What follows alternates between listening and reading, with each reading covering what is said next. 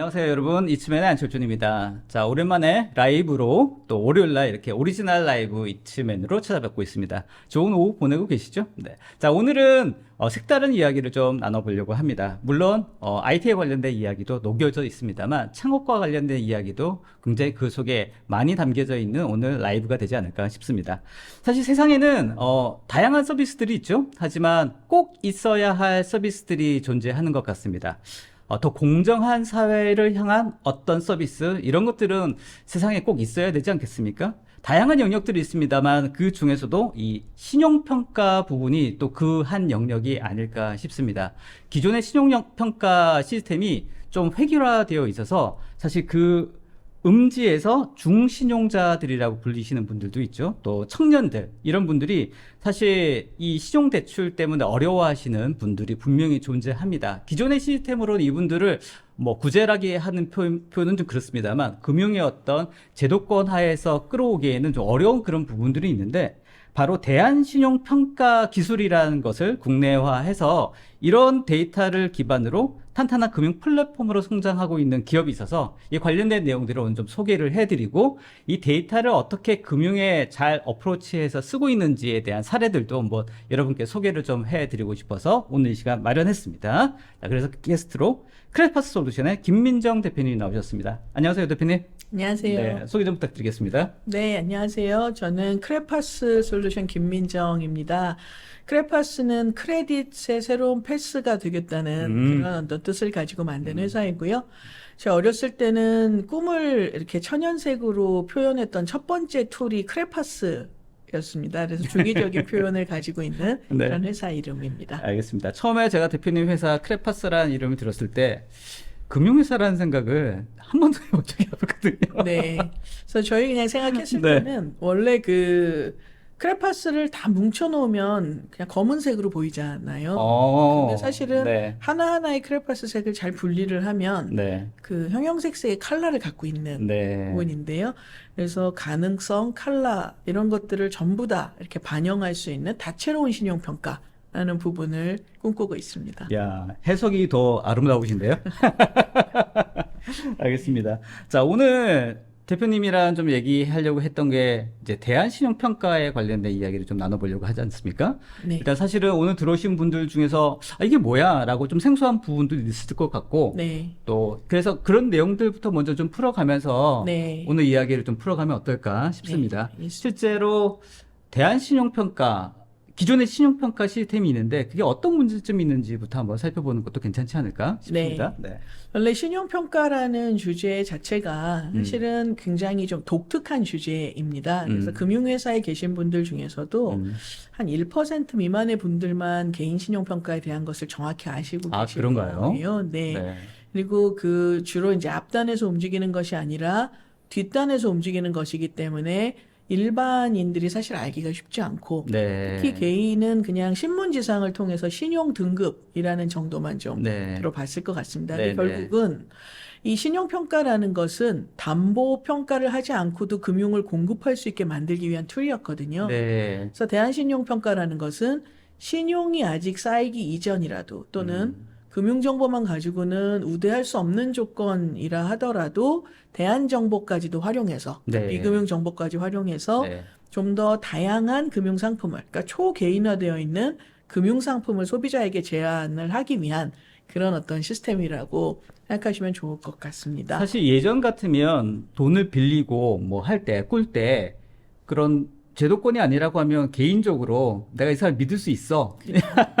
네. 이런 내용 가지고 이제 돈을 빌리고 또 갚고 이제 이런 어떤 신뢰관계가 만들어지잖아요. 네. 그 이제 기존의 신용평가 시스템이라고 하는 게 이게 객관화돼서 이 사람을 얼마나 믿을만한가를 가지고 하는 건데 네. 그게 그러니까 허점이 있는 거네요. 허점이라기보다는 모든 통계를 네. 가지고 있는 그런 어떤 맹점, 그리고 네. 통계로 인한 사각지대를 계속해서 해소하기 위한 다양한 노력들이 지금도 진행이 되고 네, 있는 네, 것인데요. 네. 한번 회사 소개부터 하면서 좋습니다. 잠깐 말씀드려 볼까요? 네. 저희는 우리나라 최초로 그 금융위원회의 인가를 받은 신용평가 기업입니다. 그리고 신용평가 기술에 대해서 그 특허청으로부터 특허를 취득을 전에 이제 했는데요. 실제로 보면 이제 기존의 신용평가를 좀 혁신하고자 하는 그런 어떤 그 사회의 바람이 법도 만들게 되고 감독 규정도 변경하면서 저희가 이런 일을 이제 하도록 그렇게 말씀을 했습니다. 네. 원래 신용평가가 이제 발명이 된 장소의 사진인데요. 이야. 실리콘밸리에 네. 그 스탠포드 대학이 있는데 그 네. 근처에 있는 연구소에서 나온 겁니다. 네. 크레딧 스코어링이라는 그 신용 등급을 만드는 것이 이제 그때 나왔고 이렇게 수많은 컴퓨터 벽면을 가득 채우고 여기서 계산했던 것은 그 일반 사람 심사역이 금융거래 이력도 보고 여러 가지를 보면서 심사평가를 했는데요. 그것을 수학 공식으로 자동화하는 일을 한 겁니다. 네. 이렇게 하게 되면 사람은 복제할 수 없지만 이런 알고리즘은 복제 확산이 가능하기 때문에 좀 더 싼 가격으로 심사평가를 할 수 있었고 그러면 담보대출 외에도 그러니까 뭐 몇 천만 원, 몇 억 이렇게 되는 담보가 있어야지 되는 것들 외에도 몇 백만 원, 몇십만 원 이런 대출 또는 신용카드들이 가능해질 수 있게 했던 그런 어떤 영역인데요. 사실은 우리가 찾고자 하는 것은 신용 점수가 높은 사람을 찾는 것은 목적이 아니었고 실제 목적은 믿을 수 있는 사람을 데이터로 찾아서 그러니까 요즘은 우리가 AI가 여러 가지를 할 수 있지만 맞아요. 당시에는 그 컴퓨터가 할 수 있는 거는 이렇게 직선으로 끊어내는 것만 할 수 있었던 거기 때문에 그래서 데이터로 믿을 수 있는 사람을 잘 걸러내자라는 부분을 했던 것이고요. 전체 이제 우리가 그 개인을 알기 위해서 알아야 되는 수많은 정보 중에서 정말 이 빙산의 일각과 같은 금융거래 이력이라는 데이터를 가지고 요 데이터에 대한 부분들로 그 소득과 소비가 꾸준하고 금융기관을 일정 기간 지속하고 잘 갚았던 사람이 높은 신용 점수를 받게 이게 만든 거죠. 보시기에는 빙산의 일각이라고 보시는 건가요? 그렇죠. 그러니까 우리의 삶 자체가 사실은 빅데이터하지 않겠습니까? 그렇죠. 그런데 그 빅데이터 중에서 정보 시스템에 저장을 할 수 있는 정보만 사실은 분석할 수 있었기 그렇죠. 때문에 60년 정도 전에는 사실 저것이 최선이었고요. 네. 그리고 사실은 사람의 생활도 굉장히 단순해서 이 사람이 어떻게 모기지를 사용하고 어떻게 뭐 학자금 갚고 있고 오토론 카드 어떻게 쓰나 이 정도만 알면은 사실 금융생활 전반을 파악할 수 있었기 때문에 그렇게 이제 충분하게 할 수 있었던 영역들이었죠. 네. 그런데 이제 여기서 우리가 한번 생각해봐야 될 포인트가 하나 있습니다. 어떤 부분인가요? 예, 그 점수라고 우리가 얘기를 하고 평가라고 얘기를 하면 굉장히 공정하고 오차가 적을 것 같이 느껴지지 않습니까? 그렇지 않습니까? 네, 근데 이 점수라는 부분이 사실 네. 조금 다른 확률을 그냥 숫자로 전환한 것이 신용 점수라는 것을 좀 말씀드리고 싶은데요. 네. 예를 들어 우리가 시험을 볼 때는 네. 문제를 많이 맞추면 점수가 높지 않습니까? 당연히 그렇죠. 네, 그러니까 점수가 높은 사람은 공부를 잘했거나 시험을 잘 봤다고 평가할 수 있겠죠. 해당 영역에서 여튼 네. 지식이 있다. 뭐 하여튼 점수가 높다. 네, 그리고 하다못해 게임을 하면 게임의 어떤 규칙을 잘 이렇게 깨서 그 점수를 받게 되잖아요. 그렇죠. 그래서 점수가 높은 사람은 게임을 잘하는 사람이다 당연히. 라고 볼 수 있습니다. 네. 근데 크레딧 스코어는 네. 확률에 대한 부분들을 점수로 치환한 것인데요. 예를 들면 약간 생소한 영역 부분인데 네. 설명을 좀 해주시죠. 네, 예를 들면 그 지금 예시로 나와 있는 부분은 할부 구입 금액이 뭐 퍼센트가 높은 사람이라는 정도로 이제 항목을 보였는데요. 네. 근데 저런 영역에 대한 부분들이 한 10개에서 15개 정도 사이로 조합이 돼서 이 사람의 신용 점수라는 것을 만들어내게 되는데 네. 그 하나하나의 항목을 보는 과정에서는 내가 할부 구입을 몇 퍼센트 이상을 했을 때 네. 또는 다른 사람들도 그렇게 했을 때 이 사람을 하나로 이렇게 묶어놓는 겁니다. 비슷한 할부 금융을 한 사람들의 어떤 그룹이 만들어지겠죠. 네, 예를 들면 신용카드 사용액 중에서 할부 구입으로 사용한 신용카드 금액이 뭐 60% 이상이다. 좋아요. 그럼 그 60% 이상인 사람들을 뭐 20명을 모아서 봤더니 그 중에 한 명은 나중에 보니까 불량이 됐고 네. 나머지 19명은 잘 갚았다. 네. 라고 하면 20분의 1의 확률로 이 사람은 안 갚을 거네. 라고 그렇죠. 보는 겁니다. 그래서 그것을 네. 0.05라는 부분으로 이제 해놓고 다른 변수들 간의 상관관계를 보면서 점수 15점 이런 식으로 만드는 것입니다. 그렇군요. 네, 그렇기 때문에 사실 나는 할부 구입을 많이 했지만 잘 갚았어요. 그렇지만 네. 그 사람 중에서 안 갚은 사람이 더 많다면은 점수가 마이너스가 되는 것이고, 네. 네, 그런 어떤 비율도 확연히 되는 것이죠. 아, 실제로 내가 그 점수를 획득한 객관적인, 주관적인 어떤 그런 데이터가 아니라 전체 데이터에 대한 확률로 이 신용평가 점수가 좀 표현되는 부분이 있네요, 네, 그러면. 그 확률에 대한 것을 부분을 모아서 네. 부분의 합에 이제 전부 다 모여지면 그것이 이제 전체 그 사람을 이렇게 대표한다. 라는 그런 어떤 것을 가지고 네. 그룹에 대한 점수를 부여하는, 그러니까 나에 대한 점수라기보다는 네. 그룹에 대한 부분을 부여하는 것인데요. 네. 이제 그럴 수밖에 없는 건 사실은 너무나도 파악할 수 있는 정보가 적기 때문에 그래서 예측을 하기 위해서 이렇게 사용할 수는 있었지만 사실은 충분치 않기 때문에 굉장히 많은 다양한 추가적인 방법도 여기에 추가가 되어야 되는 영역임에는 분명합니다. 그래서 좀 어려운 거는 이제 조금만 더 남았는데요. 아, 좋습니다. 네. 네, 이게 네. 이제 밑에 고신용과 저신용을 그러니까 옛날 그 신용 등급의 기준으로 해서 분포를 했는데 이제 지금의 6등급이면 지금 한 650점쯤 될 겁니다. 지금 이제 얼마 전 기사에 의하면 1000점 만점인데 900점 이상인 사람이 한 42%에서 45% 정도 육박한다고 네. 나왔거든요. 네. 근데 이제 그렇다는 거는 그 1, 2, 3등급에 해당하는 요 앞쪽에 해당하는 사람들이 이미 그 정도 된다는 것이죠. 네. 그리고 이제 이 중간 정도에 해당하는 사람들이 또 이렇게 몰려 있습니다. 네, 그러네요. 네, 이 부분이 상당 부분 이제 그 1등급으로 갔기 때문에 현재는 한 52% 정도 네, 되는데 좋습니다. 둘을 합하게 되면은 사실 10% 미만만 저신용으로 가 있는데요. 그러네요. 사실 대부업 같은 데를 가도 1등급도 있고 10등급도 있습니다. 네. 그거는 1등급이라고 해서 모든 금융사에서 다 승인을 받지 않는다는 거거든요. 네. 그 이유가 너무 많은 사람들이 여기다 뭉쳐 있기 때문입니다. 네. 그리고 특히 중신용 등급 같은 경우에는 네. 이렇게 뭉쳐져 있는 사람들 중에서 40% 정도에 해당하는 사람은 금융정보가 부족한, 들어보셨을 것 같은데 신파일러라는 사람들인데 금융정보 기록이 이렇게 얇다는 차원에서 신파일러라고 이야기를 합니다. 그러니까 정보를 가지고 판단하기가 너무 어려운 사람들이 많이 모여 있고 그리고 말씀드렸던 것처럼 통계 확률로 하고 있기 때문에 6등급 중에서 연체율이 한 3%, 4%밖에 안 되지만 6등급 전체는 중저신용자로 판단을 받는 이제 그런 부분 때문에 사실은 확장을 위해서는 그 외에 이제 구심에도 불구하고 저신용자로 판단된 사람들을 이제 좀 더 세분화하기 위한 이런 방법이 좀 필요했다. 그런 것이죠. 이 그래프를 보니까 조금 더 이 대안평가에 대한 필요성이 좀 느껴지네요. 네. 이게 뭔가 이 중간 영역에서는 좀 더 세분화해서 구분할 필요가 있다. 네. 그렇죠. 지금 상당수의 금융사들이 그렇게 하고 있고 네네네. 그래서 특히 이제 인터넷 뱅크 같은 경우에는 네. 다양한 대안 정보들을 활용해서 중신용자들에 대해서 더 정교한 신용평가를 한다라는 네. 부분에 노력을 많이 하고 있습니다. 네, 대형 네, 네. 금융사들도 마찬가지고요. 네네네.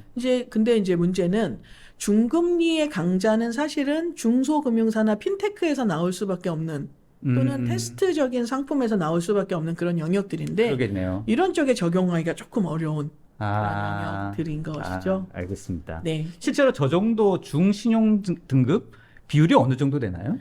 전체에서? 한 5, 60% 정도. 꽤 많네요. 됩니다. 네. 꽤 많네요. 그리고 상위 등급도 사실 한 40% 정도가 될 네, 만큼 네, 인플레가 네. 일어났기 때문에 네네네. 더 이상은 금융정보만을 가지고 판단을 한다는 것은 한계가 있는 거네요. 네, 리스크 측면에서도 사실 한계가 좀 있는 것이고요. 또한 대환대출 플랫폼 같은 것이 이제 계속 활성화가 되고 있는데 그러다 보면은 모두가 다 똑같은 정보를 가지고 고객을 승인하고 승인한 고객이 이제 사용하다가 또 다른 오퍼를 받고 네. 다른 곳으로 움직이고 하는 것이 굉장히 간단해지거든요. 네네네. 그러면 좋은 고객도 좀 남아있고 불량 고객도 있어야 우리의 그 연체율이라는 것이 유지가 되는데 네. 좋은 고객은 외부에 뺏기고 네. 그 사람한테는 추가적인 어떤 우대를 할 수 있는 방법을 찾을 수가 없다고 하면 그러면 사실은 그 마케팅의 효과 자체도 적절하게 우리가 그 취득할 수 없는 이제 이런 일들이 발생. 은행권, 금융권의 입장에서도 이 지금 대한신용평가라고 하는 이 카테고리를 이용해서 네. 자신들의 어떤 비즈니스 모델을 좀 디벨롭할 수 있는 그런 어떤 데이터로 충분히 활용이 가능한 거네요. 그죠? 맞습니다. 차별화가 될 수 있고. 그죠? 네, 맞습니다. 그래서 이런 정보들에 대한 부분들을 사실 취득해서 사용하는 과정에서는 우리가 개인정보 보호라는 부분을 항상 생각할 수밖에 중요하죠. 없어요. 네. 그런데 그 개인정보 보호라는 부분들을 저희가 다 잘 지키면서 제도권 앞에서, 그러니까 금융감독 규정 안에서 안전하게 고객으로부터 동의받은 정보만 동의 활용에 이제 부합하는 목적으로 사용하는 그런 이제 인가를 받고 그 규칙 안에서 이제 신용평가를 하고 있는 제도권 회사가 저희 크레파스이고요. 네, 알겠습니다. 네. 네. 그래서 사실은 신용평가라는 부분들이 진화되면 지금 보시는 화면처럼 네. 금융거래 이력만 보다가 다른 정보도 본다. 이렇게 생각하시면 좋을 것 같고, 네. 조금 전에 촌장님 말씀하신 것처럼 네. 좀 더 상세한 어떤 세부적인 세분화라는 부분을 이제 하겠다는 것이죠. 그리고 알겠습니다. 네.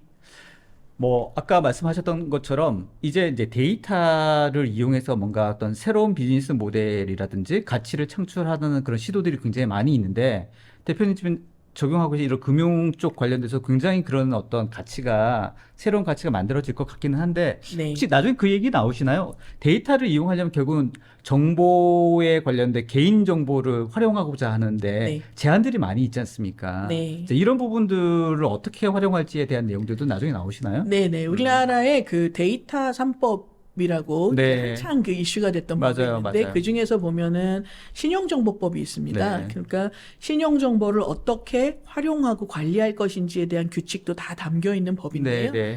대한신용평가사로서 이제 크레파스가 인허가 받은 것이 바로 그 신용정보법에 근거해서 네. 받은 부분입니다. 그래서 좋아요. 네. 고객에게 동의받은 정보들을 안전하게 활용할 수 있도록 그리고 객관화해서 활용할 수 있게끔 지표화할 수 있는 그런 영역입니다. 좋습니다.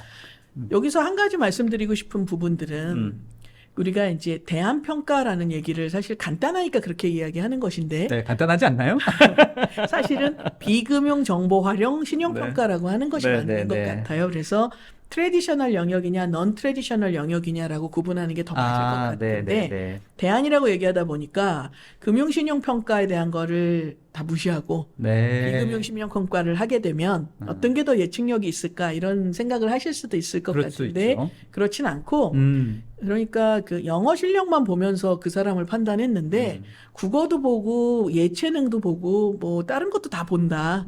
그런 차원의 다면화된 신용평가라는 것이고 그러니까 금융거래 정보에 있어서 볼 때는 똑같은 6등급인데 그 6등급 중에서도 이행력이 조금 약속을 잘 지킬 가능성이 높은 성실성을 가지고 있는 사람들이다. 그러니까 옛날에 다 사람이 했던 건데 그것을 이제 AI가 하기 위한 준비를 하는 것이 바로 이 대한신용평가 정보라고 볼 수 있습니다. 네.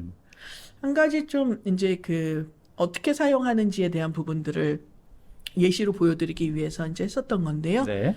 저희가 이 모형을 만드는 것을 그냥 이 상상 속에서만 만든 것은 아니고 이 일을 저희보다 앞서서 좀 했던 회사가 있습니다. 그런가요? 네, 랜도라는 회사가 있는데 국내 회사인가요? 싱가포르의 기업인데요. 네. 글로벌 한 100여 개 이상의 금융 사례에서 이제 검증을 해서 이런 대안 정보를 가지고 편단을 하면 좀 더 일관성이 높고 행동의 반경이라는 부분이 일정 범위 내에서 운영이 되는 그러니까 유지가 되는 사람들 같은 경우에는 약속을 잘 이행할 수 있는 그런 것이 높았고 그것이 상환력도 높게 만들었었다는 것을 검증한 회사입니다. 네. 그래서 저희가 이제 그 회사랑 같이 2016년부터 한 4년간 국내에서 조인트 벤처를 운영하면서 기술을 전수받아서 내재화해서 업그레이드하는 일을 했고요. 그 기술이 또 그냥 일반적인 어떤 이론적 배경 없이 실험으로만 나온 것이 아니고 굉장히 오래되어 있는 그런 행동과학적인 어떤 방식 그리고 심리학적인 어떤 연구 결과로 인해서 우리 MBTI 많이 보잖아요. 그것도 네. 마찬가지로 네. 오션이라고 네, 오션. 네, 그 뒤에 조금 더 말씀드릴 수 있을 것 같은데 네. 이 사람이 얼마나 그 외향적이냐 내향적이냐 뭐 이런 네. 각각의 영역들에 따라서 네, 네. 리더십의 스타일도 다르고 뭔가 행동의 스타일이 다르다라는 네, 네. 연구가 많이 있는데 네.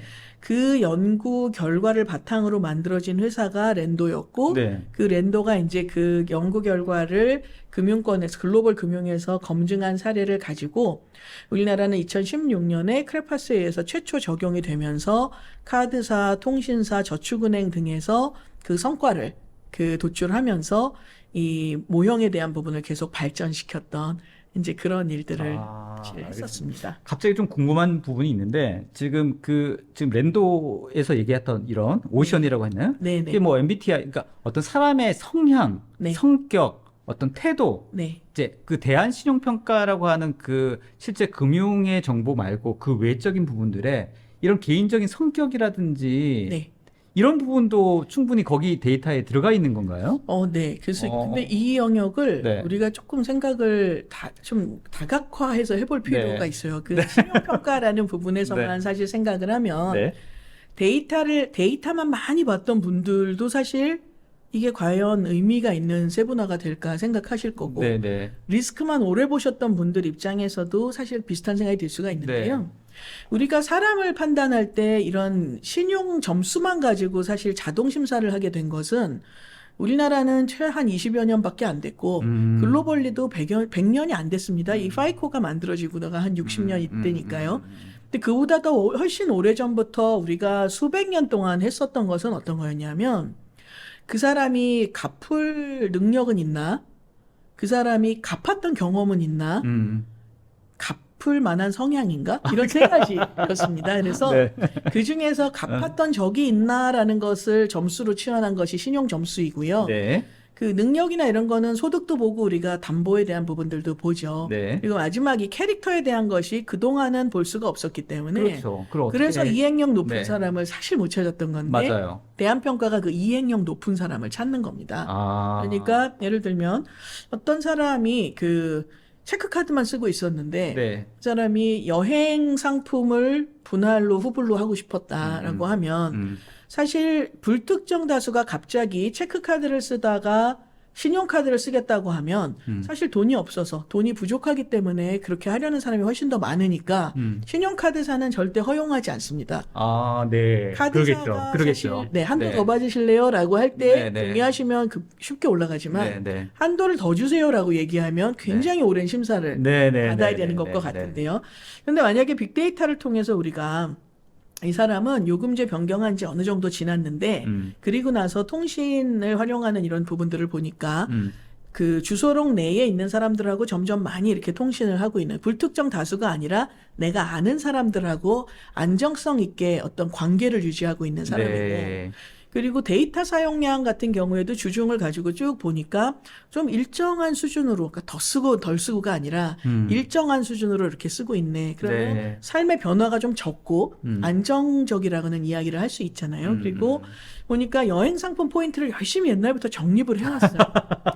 그런 영역들을 가지고 보고 있다면 네. 이 사람은 여행을 가기 위해서 열심히 삶을 운영하면서 이렇게 좀 뭔가 저축을 계획적이었네. 네. 네. 그래서 그런 사람을 우리가 알게 되면 네. 만약에 개별 사람이 그렇다는 걸 알게 되면 당연히 여행 상품 후불하게 해주지 않을까요?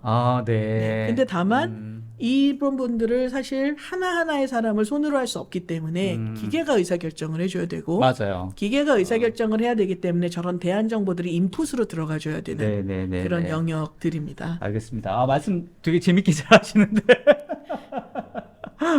아무튼 이런 그 주변에 있는 그런 어떤 데이터를 가지고 네. 그 사람의 어떤 신용 점수를 보완해서 네. 갚을 수 있는 사람이라고 하는 충분한 데이터를 확보해 나가는 그런 과정이라고 생각하면 되겠네요. 네네, 그렇습니다. 그래서 사용할 수 있는 정보의 종류는 앞으로도 많이 변할 거고. 그러겠네요. 저희가 네. 모바일, 소셜 네. 뭐 이런 데이터에서 먼저 시작을 했지만 지금은 통신, PG 뭐 할 거 없이 다양한 정보들에 대한 것을 그 적용을 하고 있고요. 정보의 영역은 앞으로도 이제 사람들이 많이 쓰는 정보들 그리고 그 사람들의 행동을 많이 포착할 수 있는 빅데이터 영역으로 계속 확대가 될 그런 예정입니다. 알겠습니다. 그런데 여기서 그 금융사들이 사실 이런 것들을 다 알고 계시잖아요. 근데 적용을 하는 것이 조금 어려운 그런 부분들이 있습니다. 그게 그런가요? 왜 그런가 네네. 하는 걸 보면 우리가 일반적으로 그럼 대안정보라는 게 있을 때 이걸 어떻게 사용할까라는 것을 한번 상상을 해보면요. 네. 누군가가 신청을 했는데 어. 신용평가를 했더니 너가 신청했어요. 돈 네. 빌리려고. 금융정보만 가지고 볼 때는 거절이다. 아, 그러면 네. 추가 심사를 할 때는 네. 대안정보를 조회를 해서 네. 괜찮으면 최종 승인을 하고 네. 이렇게 보통 될 것 같이 상상이 되지 않습니까? 맞아요. 네, 그렇죠. 이런 프로세스 아닌가요? 전체적으로 볼 때는 네. 맞는 프로세스이긴 한데 네, 네. 우리의 상상보다는 실제에는 수많은 복잡함이 사실 존재합니다. 아. 금융회사들이 사실 굉장히 고도화된 시스템들을 다 가지고 네, 계세요. 네, 네, 그래서 그 대형 금융사 같은 경우에는 내부 신용평가라는 것을 하는 과정에서도 네. 한두 개 모델을 갖고 하는 것이 아니라 십수개 아. 모형을 서로 그 조합을 해서 네. 어떤 모형은 연체 가능성을 보고 어떤 것은 수익성에 대한 부분, 어떤 것은 이탈 가능성, 네. 어떤 것은 부실이 됐을 때 회수 가능성 등등에 대한 걸 보면서 종합적으로 관리를 하거든요. 네. 근데 옛날에는 금융정보만 보면 하면 됐어요. 그런데 이제는 금융정보 가지고 보면 우리 은행으로 오는 사람은 대부분 비슷한. 네. 특히 우리 저축은행에 네. 오는 사람들은 대부분이 650점 전후고 네. 비슷한 어떤 성향을 가진 사람이면 사실 그 중에서 누구를 거절해낼까라는 걸 찾기는 굉장히 좀 쉬워요. 쉽죠. 네. 네. 어떤 사람이 더 위험할까? 네. 근데 그러다 보면 위험한 사람 외에도 정상적인 사람도 같이 거절이 되기 때문에 그렇죠. 사실 한 사람을 거절하기 위해서 수백 명을 한꺼번에 거절하는 일도 발생을 하거든요. 아, 금융권의 입장에서 봤을 때. 네. 그런데 이제 이 중에서 그럼 어떤 사람을 더 우리가 우대할까라는 거를 찾는 것은 굉장히 어려운 아, 그런 그렇군요. 일들인데. 말씀을 들어보니까 실제 리젝하기는 훨씬 더 카테고리를 까다롭게 해서 네. 쉬운 거네요. 그럼요. 세상에서 어. 가장 쉬운 모델은 거절하기 위한 모델이고. 네, 그러네요. 여기 그 들으시는 분들 중에서 핀테크 스타트업 이런 데도 많으시다고 네, 했잖아요. 네, 네, 투자 네. 유치 같은 거 받으시러 네. 가보면 네. 거절은 하나만 마음에 안 들면 거절해 주는데 투자해 주실 때는 다 마음에 들어야 그렇죠. 투자가 가능하잖아요. 그렇죠. 네. 그런 것과 마찬가지입니다. 그래서 사실 실제로 볼 때는 이렇게 너무 다양한 것들이 있기 때문에 단순하게 대안정보 하나에 대한 것을 끼워 넣어서 의사결정을 하는 것이 아니고 굉장히 복합화되어 있는 정보들 중에 대안정보도 하나 더 추가해서 네. 종합적인 의사결정을 하게 되는 영역이죠. 그렇기 때문에 더 복잡해지는 거 아닙니까? 죄송하지만. 그래서 대형사 같은 경우에는 제한적으로 활용을 하고 계신데 네. 중소형 기업이라든지 스타트업 같은 경우에는 이런 부분들을 업무에 적용한다는 게 사실 굉장히 어렵습니다. 리소스도 좀 부족하고 네. 사람도 많이 드는 일이거든요. 그러네요. 네, 그래서 이런 것들을 조금 편안하게 하실 수 있게 하기 위한 그런 이제 통합 시스템을 저희가 그 클라우드 상에 이제 구축을 해서 서비스를 제공을 함으로써 네. 360도에 가까운 신용평가, 그러니까 보시는들이 가지고 계신 데이터까지도 같이 융합을 해서 금융정보, 비금융정보 다 합해서 그 할 수 있는 그런 360도에 가까운 신용평가를 하고 이것을 신용평가 자체가 목적이 아니고 그 사람에게 얼마를 어떤 이자로 줄 수 있느냐가 사실은 맞아요. 중요한 부분이기 네네네네. 때문에 이런 어떤 전략에 대한 부분들도 그 함께 만들어 나갈 수 있는 소프트웨어를 서비스로 제공하면서 저희 궁극적인 목표는 각 개별 금융사나 핀테크 기업의 AI 심사역을 만들어 드리는 겁니다. 알겠습니다. 그러니까 단순하게 그 대안평가에 대한 카테고리, 그 점수, 그 데이터만 금융사에 전달하는 게 아니라 네. 말씀하셨던 것처럼 그것만 전달했을 때는 금융사에서 그걸 어떻게 그 데이터 가지고 처리하는 것도 너무 네. 복잡한 거야. 그죠? 네. 그러니까 이 복잡한 것까지 아예 통합적으로 우리가 관련된 신용평가 1차, 2차, 그 다음에 그 밖에 다른 데이터까지 해가지고 최종적으로 이분한테는 어느 정도의 이유를 주는 게 좋아. 라고 금융사한테 제안을 하는 거군요. 네, 네, 그렇습니다. 네. 그래야 이제 실질적으로 차별성 있는 금융 상품이 시장에 이제 공급될 수 있다라고 저희는 맞네요. 이건 금융사의 입장이고 돈을 빌리려고 하는 사람 입장에서도 이게 메리트 있나요? 사실은 이 지금까지의 신용평가라는 것은 금융회사 관점에서, 그러니까 공급자 관점에서 들어오는 사람들을 어디까지 잘라낼 거냐라는 신용평가였거든요. 그렇기 때문에 우리가 사실 신용점수가 높으면 뭔가 할 수 있다고 생각하기 쉬운데 물론 뭐 900점 이상이 되는 경우에는 별로 틀리지 않는 일이긴 한데요. 사실은 점수가 얼마 이상이 되면은 어디서는 얼마 이자로 대출을 해줘야 되고 그런 공식은 없고 그건 각 개별사의 사실은 판단이기 때문에 저희의 목표는 금융회사, 중소형 금융회사나 스타트업이 특정 영역에 있어서만큼은 대형 인터넷 뱅크도 내놓을 수 없는 특화되어 있는 상품을 네. 시장에 공급할 수 있도록 만드는 이제 그런 일을 이제 하는 것이 그런 새로운 상품이 나오면 결국은 수요자 입장에서도 이득이 되는 거죠. 네, 요즘은 대출이 필요할 경우에 제일 먼저 대출 비교 플랫폼을 가신다고 하는데 네네네. 사실 플랫폼 내에서의 뭐 공정하게 해야 되는 여러 기준들이 있긴 하지만 여러 가지 상품에 대한 부분들을 그냥 뭐 일반적으로 주어져 있는 정보를 가지고 이렇게 매칭을 하면서 하다 보니까 사실은 그 금융회사별로 조건 비교 정도만을 자동으로 하는 것이고 실제 금융사에 가게 되면 이때 처음에 산출됐던 거하고 좀 다른 한도하고 금리를 받게 되는 경우도 있거든요. 그러면 근데 이제 그게 계속 되면서 중소형 금융사 같은 경우에는 그 플랫폼을 통해서 대출 연계가 되는 비율이 점점 낮아지고 있는 그런 상황인데 저는 그러다가 오히려 그 중소형 금융사가 도전을 하지 못하게 되면 너무 더 획일화되어서 선택권이 높은 사람들은 계속해서 여러 가지를 누릴 수가 있지만 중간 이하에 있는 분들, 정말 금융에 대한 부분들에 조금의 차이가 필요로 한 그런 분들에게 공급될 수 있는 금융이 오히려 더 비싸게 개발될 수밖에 없다는 그런 생각을 가지고 있고요. 그래서 그것을 좀 이렇게 자동화해서 싸게 공급할 수 있게 만들려고 하는 영역입니다. 알겠습니다. 자, 속도를 조금 내볼까요? 제가 네. 중간에 질문을 너무 많이 던져가지고, 그죠? 아니, 이렇게 질문 올려주신 영역들이 좀 있어가지고 네네네네. 보면서 이렇게 말씀드리다 보니까 네네네네. 이렇게 했었던 건데요. 네. 그래서 그 저희가 이제 생각하고 있는 신용평가, 대안 신용평가에 대한 영역입니다. 네. 저희는 이제 크레파스 밴드라는 거를 이렇게 구성을 했고요.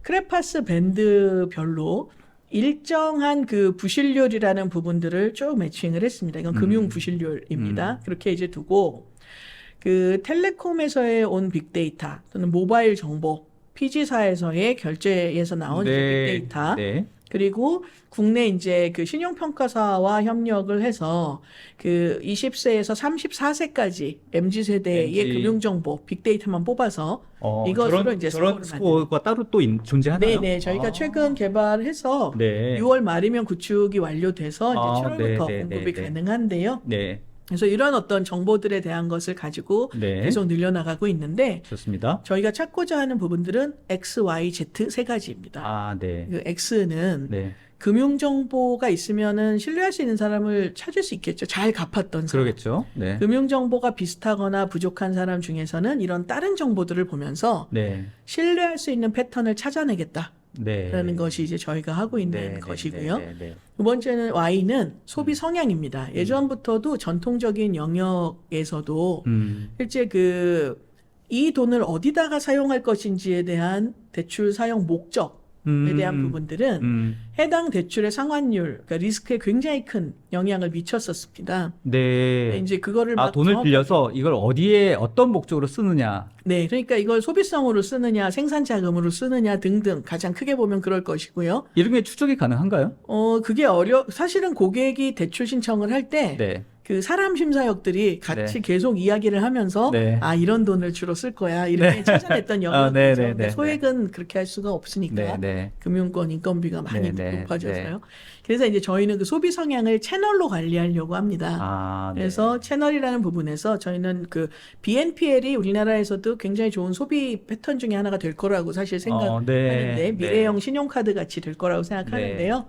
그런 이커머스에서 BNPL로 물건을 구입한 성향, 마일리지 포인트를 적립하고 사용하는 어떤 패턴, 그다음에 저희의 그 스타트업 그 파트너들 같은 경우에는 그 청년들의 의식주 문제를 이제 어쨌든 의식주를 해결하기 위해서 돈이 필요한 거잖아요. 그래서 이런 일들을 좀 하기 위해서 각종 필요한 서비스들에 대한 것을 그 구입하게 하거나 또는 주거 서비스 같은 데 이제 적용을 하는 이런 등등에 대한 부분들을 보면서 이제 성향에 대한 것을 보고 마지막으로는 소득의 창출 능력인데요.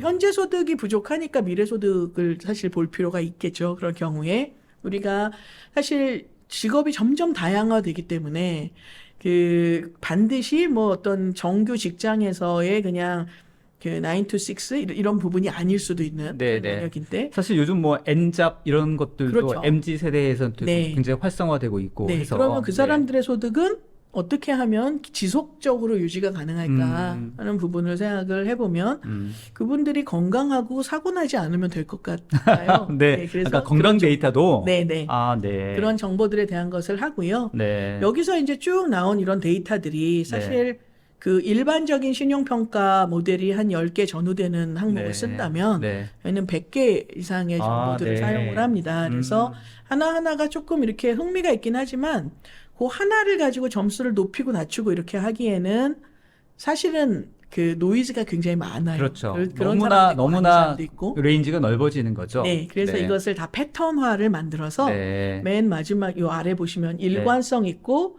어떤 성실한 패턴의 반복 그리고 네. 꼼꼼함 네. 이런 것을 하는 빅데이터 모델이라고 했는데요. 네. 여기에 이제 되는 것이 그 오션이라는 아. 심리학적 아. 이론입니다. 말씀을 들어보니까 지금 이런 빅데이터가 어떤 개인적인 성향, 그러니까 사회성이라고 해야 되나요? 그 어떤 심리학적인 그런 부분들도 있어야 될 것 같고, 네. 그런 사회 행동학적인 데이터를 끄집어내서 이거를 금융에 뭔가 접목하려고 하는 그런 시도처럼 보이기도 하네요. 네. 근데 네. 저게 뭐 예를 들어 심리평가 했는데 네. 뭐 외향성이 높으면 점수를 높여주고 뭐 그런다는 차원은 아니고 네네. 저희가 저런 어떤 그 항목들을 찾아낼 수 있다고 생각하는 빅데이터의 네. 항목들을 패턴화해서 네. 종합적인 고려를 해서 모형을 네. 만들었더니 네. 이것을 적용해서 그 테스트해 본 결과 기존의 금융 정보를 가지고 볼 때는 똑같은 중저 신용자였는데 그 중에서 우량하다라고 판단할 수 있는 사람을 한 60-70% 정도 찾아낼 수 있었던 좋아요. 예, 그런 네, 레퍼런스가 네. 있었거든요. 네, 그래서 네, 네, 네. 그런 것을 이제 기준으로 하면서 아. 계속 확장하고 있습니다. 알겠습니다. 흥미롭네요. 네.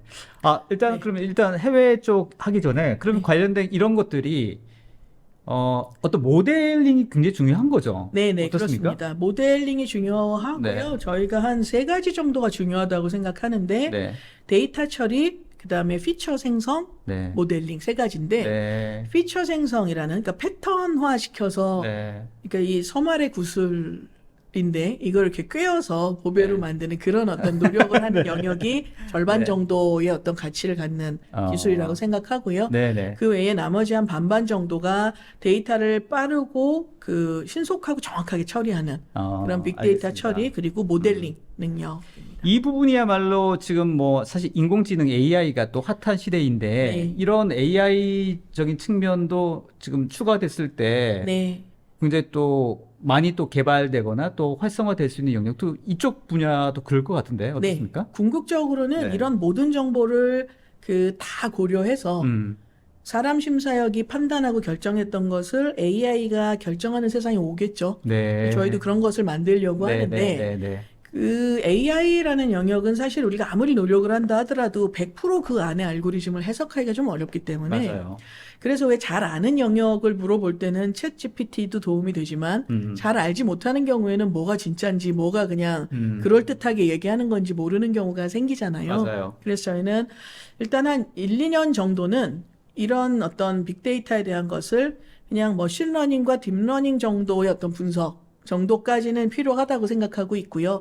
그 과정을 통해서 정말 좋은 방향의 패턴들을 만들어내는 것을 계속 그 레퍼런스 만들고 에비던스 만드는 게 목표이고 그것이 어느 정도 축적이 되고 나면 그 다음부터는 좀 더 그 AI가 많은 것을 할 수 있게 되면 마이크로 크레딧 같이 굉장히 스몰 크레딧이라고 하더라도 자동화된 의사결정이라는 부분들을 좀 할 수 있을 것이라고 생각이 듭니다. 알겠습니다. 네.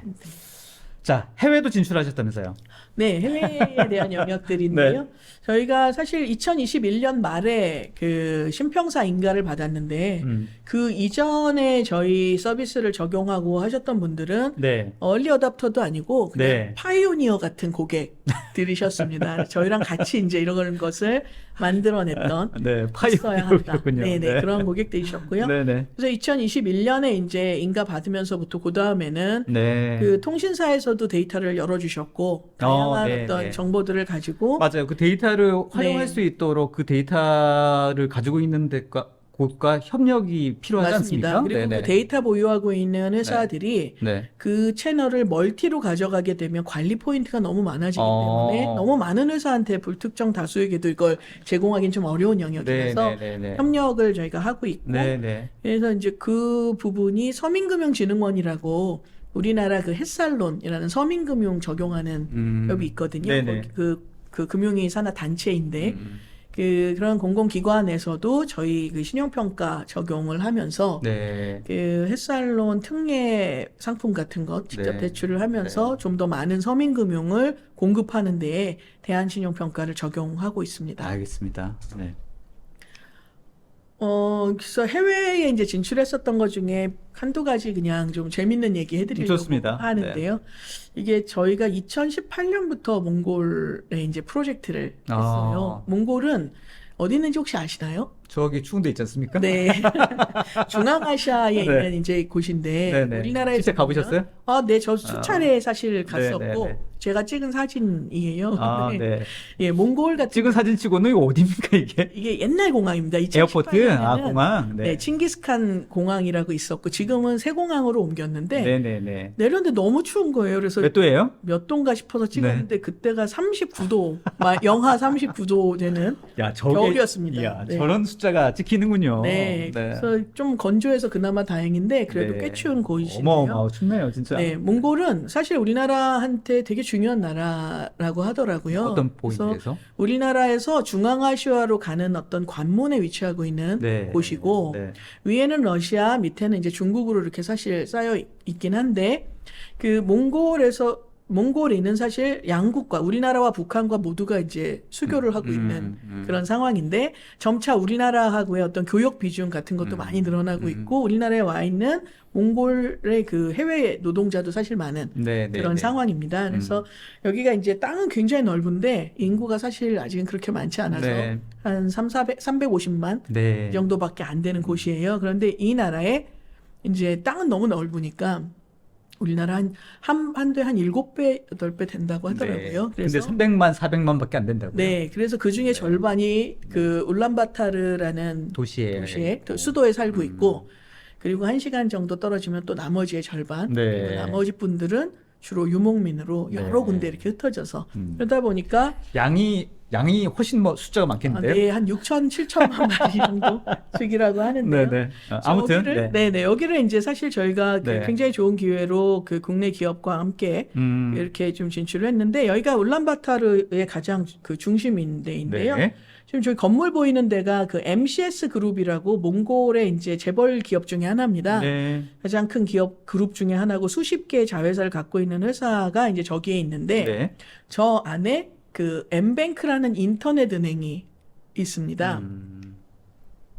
그래서 이 엠뱅크라는 부분이 이제 그 처음 만들어지면서부터 저희가 신용평가 시스템을 같이 만들어서 몽골은 커버리지가 한 20%밖에 금융정보의 커버리지가 한 20%밖에 안 되는 그런 국가거든요. 네. 그래서 쓸 수 있는 다른 정보를 다 끌어모아서 만들었습니다. 네. 사회보험 정보, 신상 네. 정보, 거주지 정보, 네, 네. 직장 정보 그리고 이 또 관계사 중에 우리나라 SK텔레콤 같은 회사가 있는데 점유율 한 46%, 7%. 그 통신사의 빅데이터에서부터 나왔던 그 앞에서 쭉 말씀드렸던 것 같은 어떤 일관성 있는 패턴이라든지 그런 영역들을 이제 다 조합을 해서 모형을 만들어서 그때 이제 한번 여기를 했었고 작년에는 직접 계약을 맺어서 2차 이제 업그레이드 하는 것까지 마쳤는데요. 네. 저 엠뱅크 만들기 전에 그 왼쪽에 보이는 게 이제 일복이라는 그 보드카. 네, 그 보드카가 굉장히 몽골 또 유명한데 그런가요? 저 보드카 회사가 MCS 그룹이 소유하고 있었던 네. 보드카 회사인데 저 보드카 회사를 팔아서 네. 인터넷 은행을 도전해서 인터넷 은행을 새로 설립을 했습니다. 그래서 저희가 이 보드카 회사 하는 거보다 돈 더 많이 버는 인터넷 은행 만들어 드리겠다고 약속했던 그렇군요. 네, 그런 부분이 있었고요. 그다음에 이거는 이제 우리나라 금융사가 이렇게 또 그 진출을 한 곳 중에 오케이뱅크. 하나가 네. 인도네시아에 네. 우리나라 OK금융그룹이 인도네시아에 은행 한 2군데 정도를 그 인수해서 OK 뱅크를 만들었습니다. 네네. 그래서 지금 인도네시아 자카르타에서 그 사업을 하고 있고, 근데 여기는 이제 그 금융 정보도 있고요. 네. 그다음에 사실 인도네시아 같은 경우에는 인구도 엄청나게 많은 나라지 않습니까? 저기는 뭐 또 몽골과 또 얘기하는, 대비적인 네네, 인구도 많아서 네. 우리나라 금융회사 인구도 많고 자원도 많죠. 자원도 많고 맞아요. 네, 그래서 네. 우리나라 금융사도 많이 사실 진출해 있는데 개인 소매 금융을 아직 그 정말 성공적으로 한 사례들은 안타깝게도 좀 없는 네. 그런 상황이었는데요. 네, 네. 그래서 이제 거기 도전을 하고 있는 상황입니다. 그래서 금융정보 커버리지가 인도네시아는 몽골보다는 조금 좋은 편인데 그럼에도 불구하고 이 사실 유의성 있는 어떤 금융 신용평가가 아직은 좀 존재하지 않고 네, 있고 이렇다 네. 보니까 여기도 마찬가지로 쓸 수 있는 모든 정보를 다 활용하는 것이 필요했고요. 네. 그래서 저희가 인도네시아 AWS의 그 크레파스의 플랫폼 같은 거를 이렇게 구축해가지고 네. 고객이 앱을 통해서 동의를 하면 고객이 어떤 그 이 스마트폰 사용 이력에 대한 부분들에서 패턴을 추출하고 이것을 이제 암호화해서 서버에 전송해서 점수화를 해서 네. 좀 더 이렇게 세분화를 해서 필터링해서 덜 잘라낼 수 있게 하는 그런 부분도 하고 신용평가에 대한 부분들을 좀 더 잘해서 연체율을 개선하기 위한 부분들을 하고 있는데요. 오른쪽이 그 자카르타 시내 일부분이거든요. 네. 사실 되게 높은 빌딩도 많고 네. 중심가에 가면 여기보다 훨씬 더 휘황찬란하게 돼 있습니다. 그런데 어찌돼요? 서울보다 나은데? 엄청나게 정말 저는 저렇게 럭셔리한 건물들이 몰려 있는 네. 것을 사실 잘 못 봤을 정도인데요. 네. 그런데 거기서 한 골목만 뒷길로 간다고 하더라도 차가 통행하기 좀 어려운 곳들은 물론이고 정말 그 조금만 떨어져 있다 하더라도 같은 나라가 맞나 싶을 것 같이 정말 그 허술해 보이는 진짜 우리 옛날 톰 소여의 모험 같은 만화에서 때 나무집 같이 그렇게 보이기도 소득의 해요. 격차나 이 수준이 굉장히 차이가 많이 나는 네, 것이군요. 그래서 그런 빈부격차라는 영역들이 사실은 어떻게 보면 미래에 대한 차이를 좀 더 그 많이 낼 수도 있고 적게 할 수도 있는 그런 영역들 네. 있을 텐데요. 네. 그 부분에 대한 것을 좀 그 갭을 이렇게 메우기 위해서라도 이런 새로운 어떤 혁신적인 기법으로 도전하는 금융사들이 사업을 좀 더 이렇게 좀 확장을 할 수 있어야 되겠다고 그렇게 생각하고 알겠습니다. 있습니다. 말씀을 들어보니까 이제 뭔가 기존에 그 뭐 이미 세팅되어 있고 어느 정도 포션을 가지고 있는 그런 금융사 같은 경우에는 굳이 비즈니스를 확장하는 뭐 그런 니즈가 없지만 방금 말씀하신 이런 새로운 이제 인터넷 뱅킹 네. 신규 업체라든지 이런 곳은 여하튼간에 새로운 시장을 만들어내고 뭔가 마켓쉐어를 만들어내야 되는 입장에서는 네. 뭔가 새로운 금융 상품을 계속 내야 되지 않겠습니까? 네, 그죠? 그리고 대형 금융사 같은 경우에도 기존의 고객한테 기존에 판매하던 상품을 그대로 판매할 때는 현재 있는 기준이 뭐 충분하다고 생각하실 수 있지만 그렇지 않는 그러니까 세상도 변하고 고객도 변하거든요. 그렇죠. 그러면 우리가 60년 전에 그때 신기술이라고 생각했던 그런 금융 정보를 가지고 만드는 신용평가가 정말 복잡 다양해진 앞으로의 미래 사회에서도 정말 맞는 것인가? 그리고 공급자 중심의 신용평가가 소비자 중심의 신용평가로 전환이 돼야 되지 않을까 이런 생각에 대한 네, 거는 네. 사실 좀 해야 된다고 생각하면서 네, 네. 스타트업을 하고 있습니다. 알겠습니다. 자, 지금까지는 그러면 회사 이 관련된 이야기를 좀 했다고 하면 네. 스타트업에 관련된 이야기를 창업에 관련된 이야기를 네. 벌써 몇 년도 창업하셨죠? 제가 첫 회사를 한 것은 2001년인데 네. 크레파스는 2016년에 알겠습니다. 창업했습니다. 그 이야기 지금 이제 47분인데 시간이 네. 이제 많이 지났으니까 우리 스타트업에 관련된 얘기는 조금 스피디하게 네, 한번 좀 진행해 보겠습니다. 네, 사실 저보다 더 그 많은 어떤 경험을 스타트업 경영에 있어서는 많은 경험을 한 다른 또 좋은 분들이 있으시기 때문에 저는 되게 조그만 경험이기밖에 없어서요. 그래도 구력이 장난 아니잖아요. 아니, 저는 그냥 한 가지 좀 말씀드리고 싶은 네. 거가 네. 용기 있게 덜어내고 개발하자라는 걸 좀 말씀드리고 싶은데요. 네. 이게 이제 스타트업을 표현하는 만화입니다. 네. 인터넷에서 가져온 건데 네. 절벽에서 낙하산 지구 도구를 가지고 뛰어내리면서 비행기를 조립해서 땅에 닿기 전에 타고 날아가야 되는 사업. 네. 이것이 스타트업의 사업이라고 하는데요. 불가능 아닙니까? 네, 속도가 굉장히 중요한 어떤 사업이죠. 근데 사실 이런 스피드를 내기가 굉장히 어려운 여러 가지 영역이 있어요. 네네. 그래서 이거는 이제 제가 그 크레파스를 처음 만들면서부터 겪었던 건데 네. 한 단계 한 단계를 이렇게 거쳐가면서 네. 증명을 하면서 이렇게 진행해 나가는 영역들이 이렇게 좀 있었습니다. 네. 그래서 저는 사실 이런 가장 아픈 곳이 어딜까라는 부분들을 볼 때 네. 금융정보가 사실 신용 점수가 낮은 사람들 같은 경우에는 연체를 이미 했기 때문에 낮아진 분들도 있지만 아무것도 하지 않았기 때문에 중저신용자로 시작하는 사람들이 있는데 청년, 주부, 그렇죠. 뭐 프리랜서 금융 데이터 외국인. 자체가 아예 존재하지 않지 않습니까? 네네, 금융거래 맞아요. 본인 이름으로 하지 네. 않았던. 네, 맞아요. 예, 그래서 사실 진짜 그런 분들은 말 네. 그대로 성실하고 열심히 돈 갚으려고 하는 게 있는데 네. 금융 데이터가 없잖아요. 네, 금융 점수가 낮은 거야. 네. 그렇다고 믿을 수 있는 사람이 아무도 없는 거 아니잖아요. 그렇죠. 근데 어. 금융 정보가 없어서 누구를 믿을지 판단을 못 한다는 거는 네. 사실 조금 문제가 있다고 생각을 그러네요. 했고. 그러네요. 네, 그래서 비금융 정보를 갖고 하기 시작했고. 아, 그래서 처음에 이 크레파스를 시작할 때 그런 부분에 어떤 문제점이 있다라고 생각을 하신 건가요? 네, 그래서 가장 아. 아픈 곳이 특히 혹시 청년. 본인의 경험인가요? 저는 사실 그런 경험은 감사하게 또 저기는 않았고 그렇지만 네. 사실 후배들 경우에는 알바를 너무 많이 하느라고 사실 졸면서 공부하는 경우도 네. 봤고요. 시험을 네. 미루고 뭐 이런 네. 경우들도 좀 그렇죠, 있었던 그렇죠, 것 같아요. 그렇죠. 그래서 네. 저희 청년 대출 플랫폼을 이렇게 진행하면서 이렇게 했었고 근데 그럼에도 불구하고 항상 우리가 이렇게 그 얘기를 듣는 부분들이 닭이 먼저냐 달걀이 먼저냐에 좀 관련이 되어 있는 영역인데요. 네. 검증된 혁신 기술이라는 게 사실 있기 어려운데 네. 어떤 핀테크 혁신 기술이 있게 되면 검증이 되었나요? 이런 이야기를 굉장히 많이 듣습니다. 그래서 이런 이야기에 자꾸 몰몰 듣다 보니까요. 다만 들어야 될 것 같은 거예요. 근데 사실 만약에 다시 이런 부분을 한다면 네. 우리가 해야 될 게 한 100개라면 네. 그중에 정말 린하고 린하게 잘라서 한 서너 개, 네. 한 5개 정도만 이렇게 해서 그 네. 부분에 대한 것을 만들면서 오히려 여기에 그 동참하고 호응하는 분들의 지지를 많이 끌어내는 그런 접근을 좀 할 수 있을 것 같고요. 사실 그 스타트업이 하기에는 네. 이 금융 도메인이라고 하는 게 원체 보수적이기도 하고 네. 그다음에 굉장히 조심스럽기도 하고 해서 이게 뭔가 새로운 혁신을 일으키기가 굉장히 어려운 분야 중에 하나가 아닙니까? 네. 왜 이렇게 힘든데 시작하셨어요? 잘 모르고요. 시작을 해서 그렇게 했던 건데요.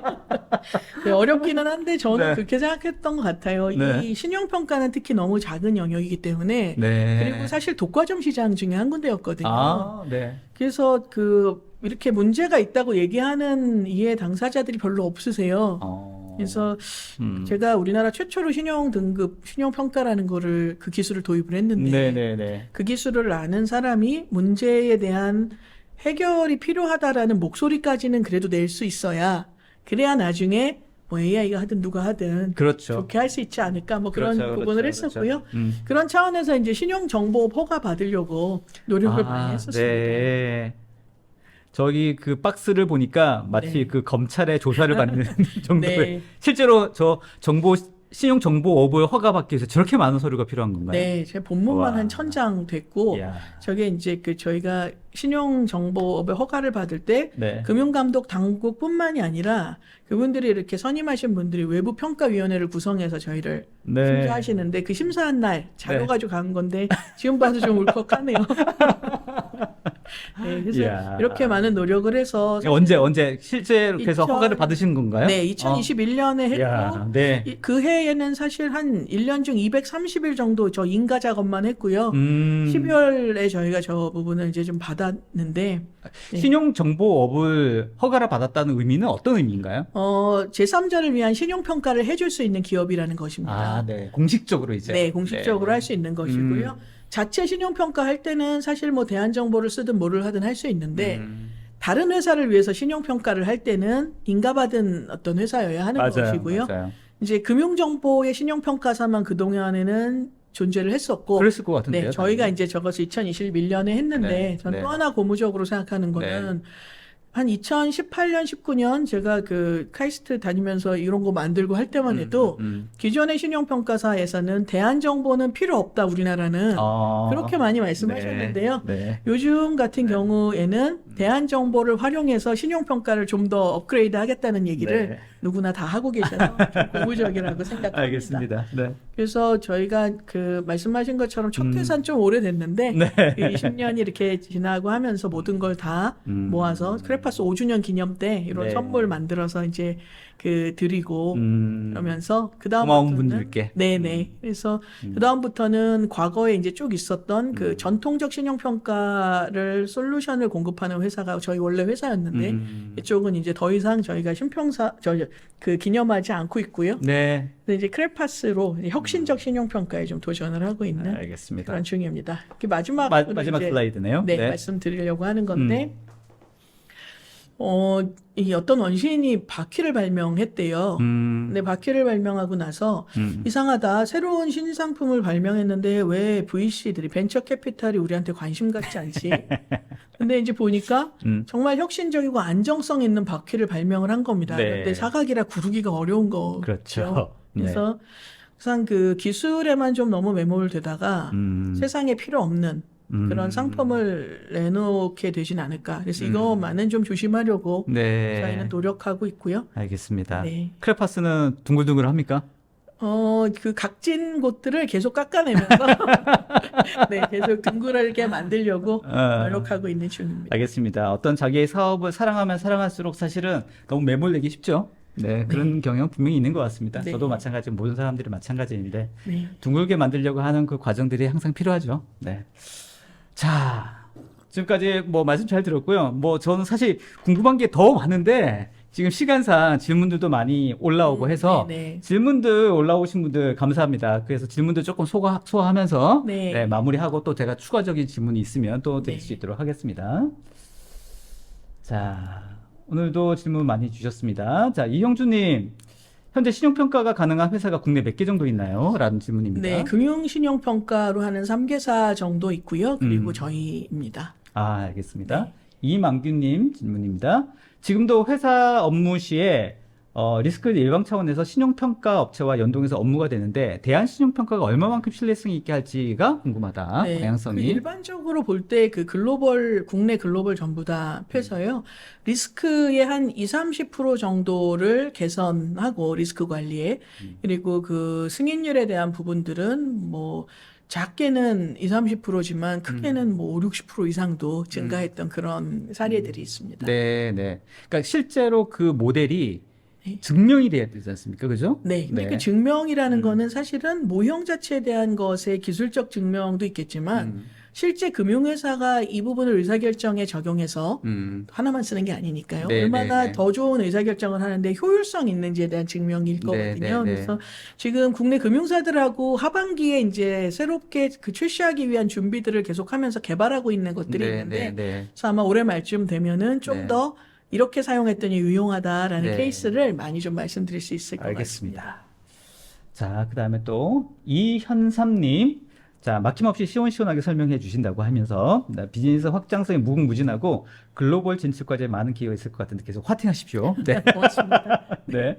자, 조성영님 질문입니다. 대한평가, 신용평가 모델의 적합성을 높이려면 정확하고 균질한 정보 사용이 중요할 것 같은데, 대한정보의 경우 편차가 심하거나 가치 없는 데이터를 포함한 경우도 있어서 모형의 정확도 문제는 없는지, 그 다음에 데이터를 활용할 수 있는 전문 인력 확보는 필요하지 않나요? 네. 이런 질문입니다. 네네. 일반적인 빅데이터 모델하고 마찬가지로 생각하시면 좋을 것 같아요. 그래서 사람이 사실은 보면서 방향성도 하지만 기계가 해야 되는 영역도 있기 때문에 데이터 사이언티스트하고 알고리즘하고가 맨 플러스 머신으로 계속해서 업그레이드 해야 되는 영역이 있고요.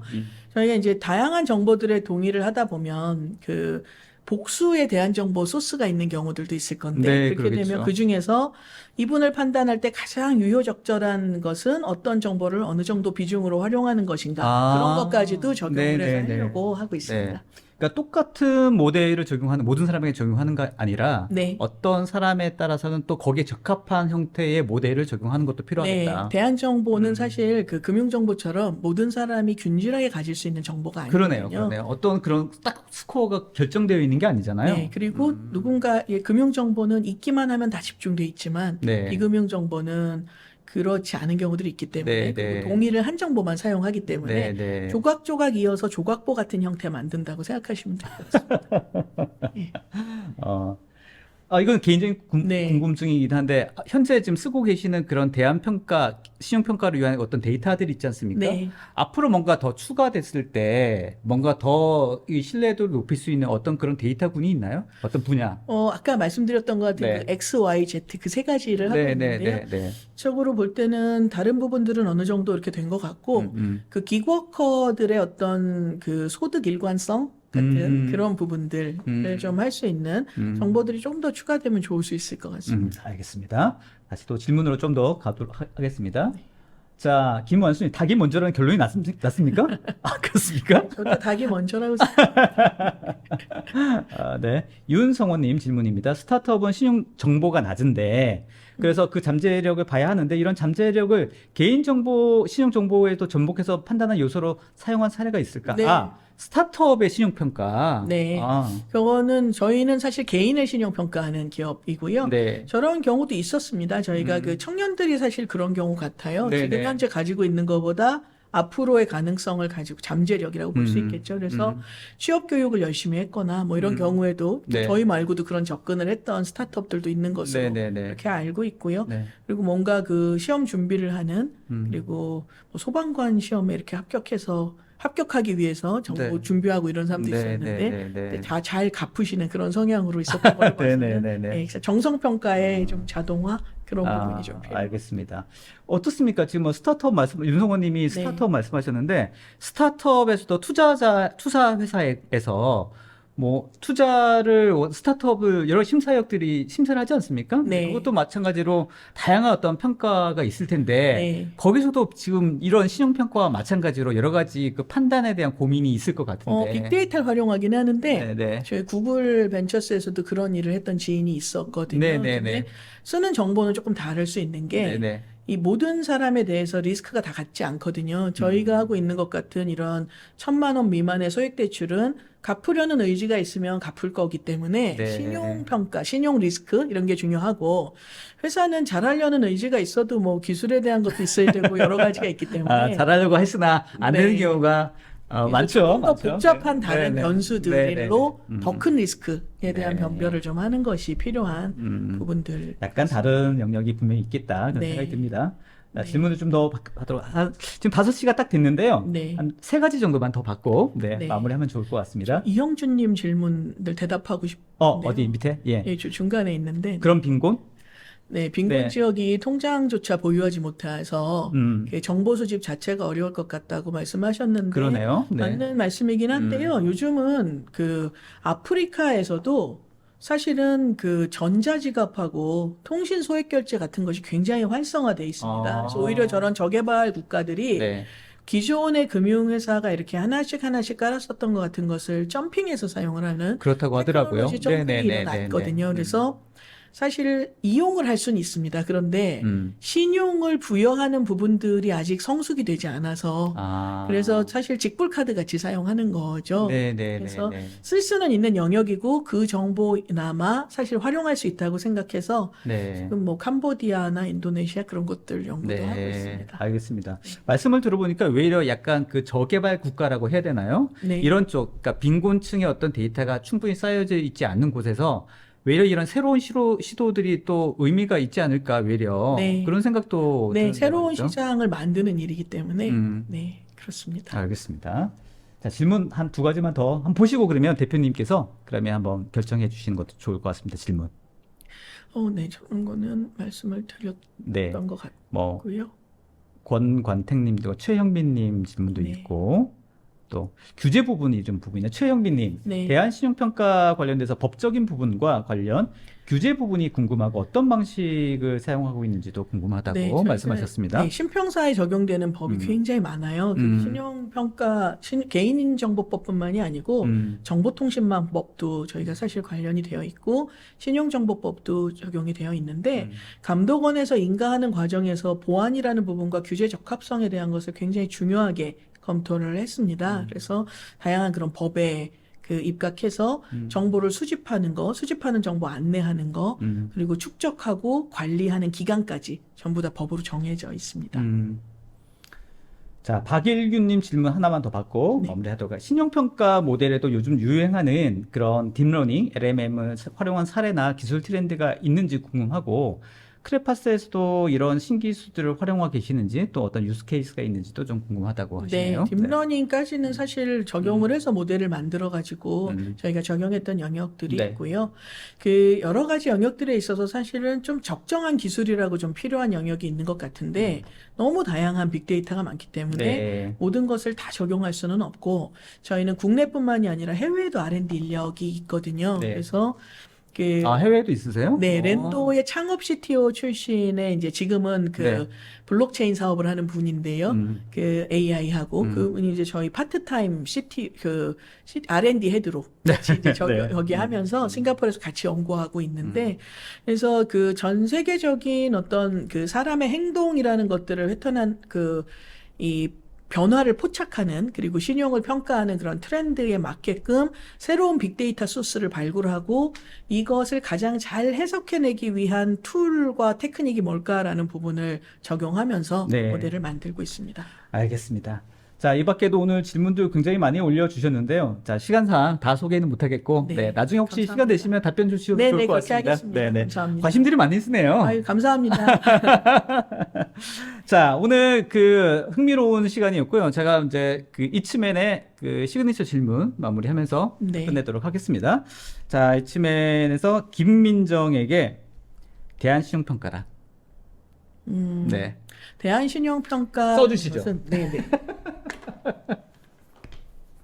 여기서. 네. 예. 사실 저희 이츠맨 이렇게 저희가 관련돼서 질문을 좀 드리고 있는데요. 이 나에게 땡땡땡이란 거 지난번 저희 라이브 때도 말씀드렸는데 그 참여하신 분들께도 나에게 땡땡땡이라 이거 저희가 한번 꼭 진행해 볼 수 있도록 하겠습니다. 그래서 관련된 내용들도 좀 보면서 경품도 좀 드릴 수 있으면 좋을 것 같은데 아무튼 준비를 한번 해보도록 하겠습니다. 자, 우리 준비되셨습니까? 네. 조금 쓰는데 시간이 좀 걸리니까 양해 좀 부탁드리고, 자, 김민정에게 대한신용평가란이란 내용으로 질문을 드렸습니다. 지금 열심히 쓰고 계십니다. 네.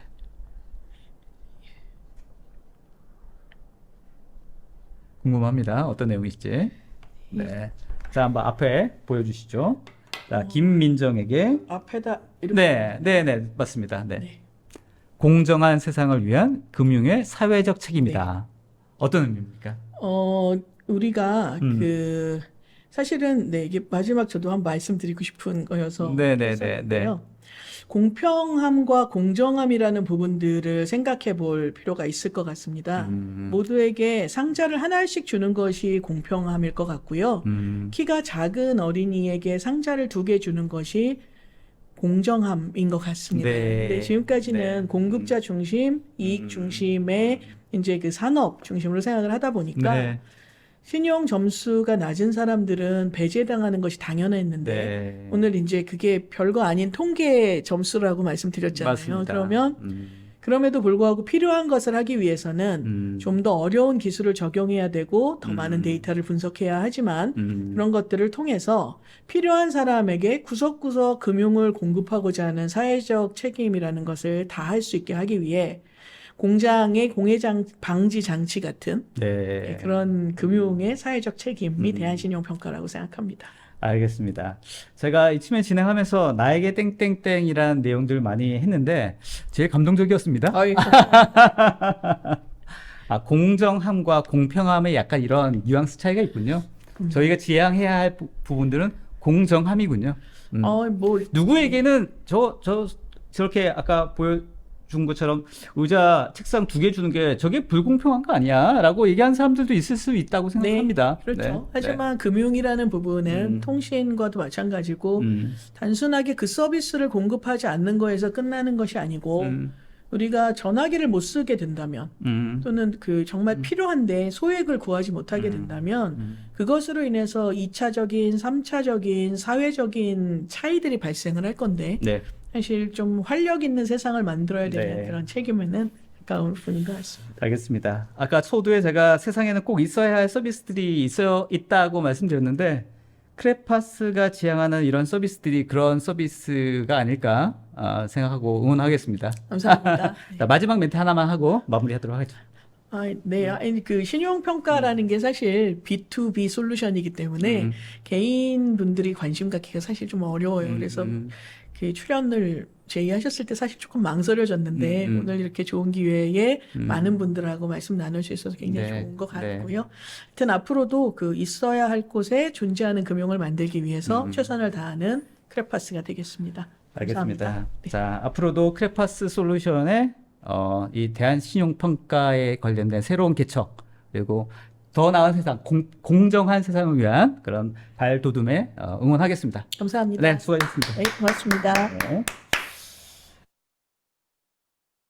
솔루션에 대한 김민정 대표님과 함께 공정함이 무엇인지에 대한 이야기, 그 공정함을 사회 구현하기 위해서 어떻게 기술이 접목될 수 있는지에 대한 이야기 나눠봤습니다. 아마 여러분에게도 좋은 인사이트 드릴 수 있을 것 같고요. 빅데이터, 이런 데이터 분석이 이런 분야에도 적용될 수 있구나라는 어떤 아주 훌륭한 그런 사례를 들려드린 것 같아서 기분도 좋습니다. 자, 오늘 오후 잘 보내고 계시죠? 자, 오늘도 많은 댓글 감사한데 미처 답변 다 드리지는 못했습니다. 나중에라도 꼭 답변 드릴 수 있도록 노력하겠고요. 저희가 다음에는 더 좋은 내용을 가지고 이쯤에 준비할 테니까 다음에도 꼭 좀 많은 참여 부탁드리도록 하겠습니다. 자, 오늘 마무리하고 여러분들 끝까지 참여해 주셔서 감사합니다. 자, 대표님 수고하셨습니다. 네, 감사합니다. 네, 감사합니다.